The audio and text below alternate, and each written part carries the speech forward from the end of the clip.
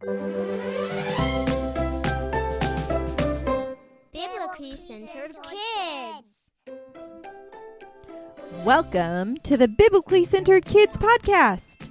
Today is a great Sunday. My name is Miss Danika, and I'm excited to share some fun things with you and then guide you on a draw along. Today is May 5th, 2024. We have a big national holiday today. Maybe some of you are celebrating. It is Cinco de Mayo. Cinco de Mayo means May the 5th in Spanish. And this day marks a historical battle between the Mexican army and the French. The Battle of Puebla took place on May 5th, 1862. The Mexicans were largely outnumbered by the French. However, they managed to hold off and defeat the French. This day is mostly celebrated by people of Mexican heritage in the United States, but it is also celebrated in some areas of Mexico, especially the state of Puebla. Celebrations of this day usually include Mexican food, which is one of my favorite types of food. So, if you're celebrating today, what are you making to eat? We always like to make fajitas, and I know that we will be enjoying those later today. A few more fun facts about this holiday. In Chandler, Arizona, they hold a Chihuahua dog race.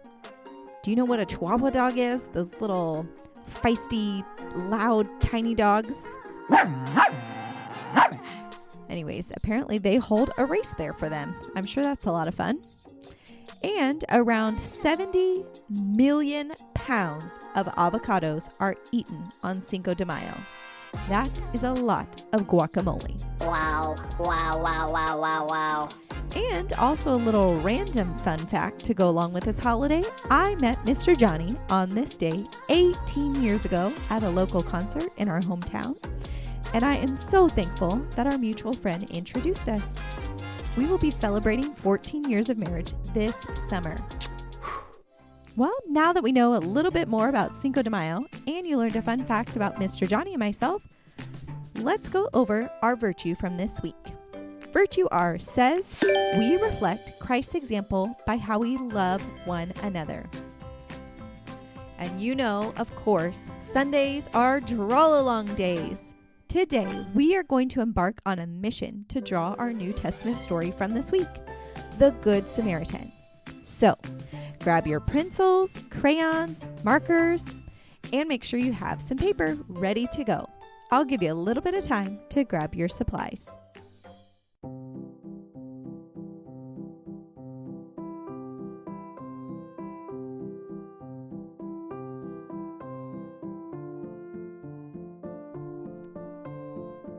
Whether you love doodling or you're picking up a crayon for the first time, this draw along is perfect for everyone, no matter your skill level. We will go step by step so you can follow along at your own pace. And don't worry about making it look perfect. Every week we are practicing using our God-given skills to put something on paper that we thought about. This is such an important skill to learn to do. So, I'm so glad you're listening along and sharpening those drawing skills today. Are you ready to create your masterpiece? Let's get those creative juices flowing and dive into our draw along. And like I said before, today we're going to draw a picture of the Good Samaritan story. Today's drawing is going to feature the man who was robbed and beaten and the Good Samaritan. Okay, so to begin, I have my paper upright or vertical, so that means the long way is going up and down. And I'm going to start near the bottom of my page, kind of the bottom right corner. And I am going to draw the man who got beaten up. And so since he's been beaten up, he's kind of laying on the ground, maybe against some rocks. All right, so I'm going to draw him. First, I'm going to start drawing kind of his tunic and his head. So his head, I'm going to kind of draw him looking to the left. So I have his body to where his back is against the right side of my paper, and then his legs are going to go over to the left side of my paper. So I kind of have, I'm going to draw him sitting like he was beaten up and he is now sitting by some rocks. The arm that's closest to the ground or closest to the bottom of my page, I'm going to draw it kind of bent, like it's kind of resting on the ground. And I'm going to draw a rock behind him. So he's going to be laying against a rock because he was in pretty bad shape. So he's waiting for someone to come help him. And maybe his arm that's not by the bottom of the page, his other arm, so his right arm, I'm actually going to draw that arm coming up towards his face. So maybe, he's pretty hurt, and so maybe he's kind of holding his face. Okay, so I'm going to keep drawing. So I've drawn both his arms, and I've drawn his head. I'm going to add his hair. And he's wearing a tunic or like a robe.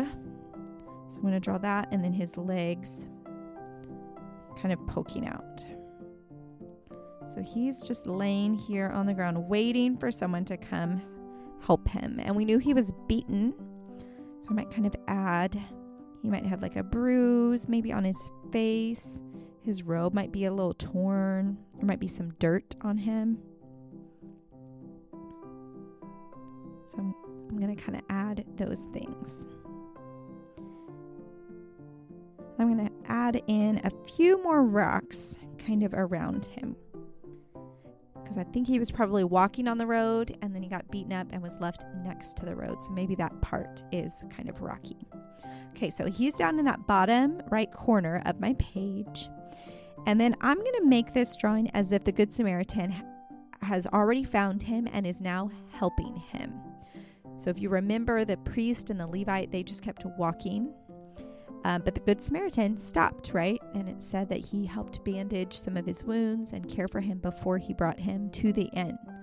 So our Good Samaritan, I'm going to draw him kind of kneeling right behind our gentleman who was robbed. So as he's kneeling, I'm really just going to kind of draw his torso and then kind of make it look like his knees are folded up underneath him. So maybe you just see kind of his feet poking out of his robe, but he's going to kind of look like he's kneeling or sitting. And my man is right in front of him, and I'm going to have my Good Samaritan kind of look like he's maybe getting ready to bandage him. Maybe he even has his oil with him to kind of be able to wipe a wound. So I'm going to have him holding maybe some of those items in his hands.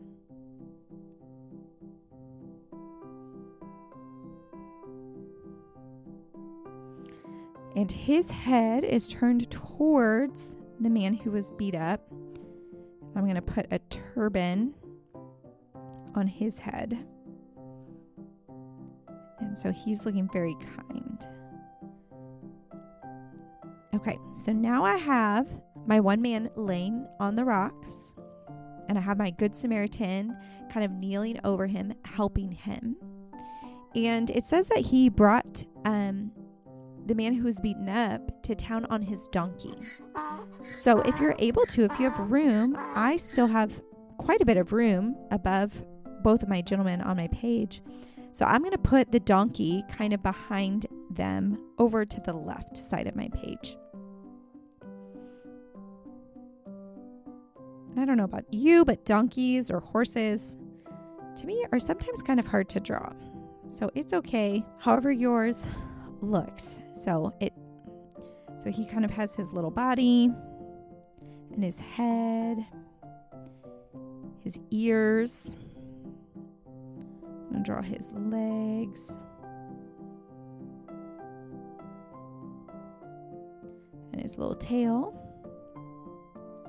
And then because this gentleman was riding this donkey, or was going to put the man who was beaten up on his donkey, I'm going to make sure that he has like a saddle, or not really a saddle, but almost like a blanket or like a pack on him so that someone could ride on him. Because back then, and still to this day, people used donkeys to help them carry things or move things around. They were kind of their work animals. kind of like, we have cars to load things up in. Well, back then they didn't have that. They had wagons or donkeys or that kind of thing. All right, so my donkey is behind him. And then, just for fun and however you want to complete the rest of your story, I'm going to make it look like the road is back where my donkey is. And I'm going to make my road go from the left of my page, kind of bigger, to smaller over on the right side of my page. So it looks like that's the background, or that's where they're going to wind up going. So it's going to kind of be 2 diagonal lines, and my one line kind of goes behind the men I drew, so I won't draw that. It'll kind of disappear behind them. And then for the rest of my picture, you could draw a line straight across, maybe a third of the way down, and that could be your horizon, and you could draw some trees back in there. You could even put the town where they're traveling to. Maybe put a few buildings back there, so you know where this gentleman was trying to go and where the Samaritan is going to take him. And then you can decide what time of day it is. If it's daytime, or maybe it's getting dark. Maybe it's cloudy. You don't know, right? So you can kind of make that part up. So I think that I kind of have the idea of the picture on my page. And I hope that yours is turning out well. So thank you for joining me on today's Draw Along. I really liked bringing the story of the Good Samaritan to life. I think it helps me remember the story and recall it, and kind of even think about how I would feel or what I would do. Would I be like the Good Samaritan and help? Or, would it maybe be an inconvenience and I would walk away? And I think it's important to think through those things and think, what would I do if I was in that position? So I hope that you enjoyed expressing your creativity. And don't forget to show your artwork to someone you love and tell them the story about it and relate it back to our virtue R of reflecting Christ's example of love. It's a wonderful way to share the story, share what you've learned. And if you're proud of your masterpiece this week or any other week you've done a draw along with us, you can ask a grown-up to help you share it with us. Mr. Jonny and I would love to see all the beautiful pictures that you've been creating around our Bible stories.